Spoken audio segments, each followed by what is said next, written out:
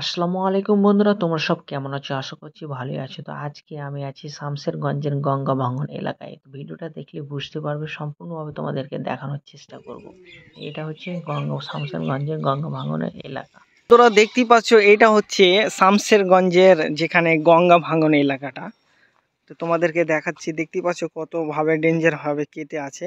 তো যেহেতু এসব বাঁধার ফলে এখন কাটে না এই বছর আর কি, কিন্তু তবুও মানুষ আতঙ্কে আছে কি যদিও কোনো দিন কেটে যায়। তো দেখতে পাচ্ছি এই বাড়িটা যেমন নদীর একদম শেষ প্রান্তে আছে, কেটে গেলে এই বাড়িটা পড়ে যাবে আর কি।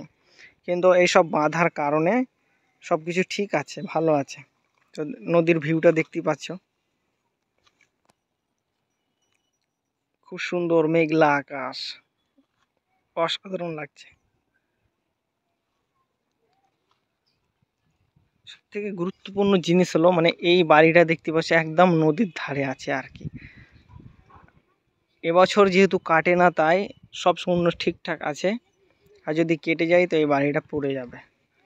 নদীর ভিউটা দেখো কত সুন্দর এবং মনোরম পরিবেশ, কিন্তু এত সুন্দর শান্তশিষ্ট নদী হাজার হাজার পরিবারকে নষ্ট করে দিচ্ছে।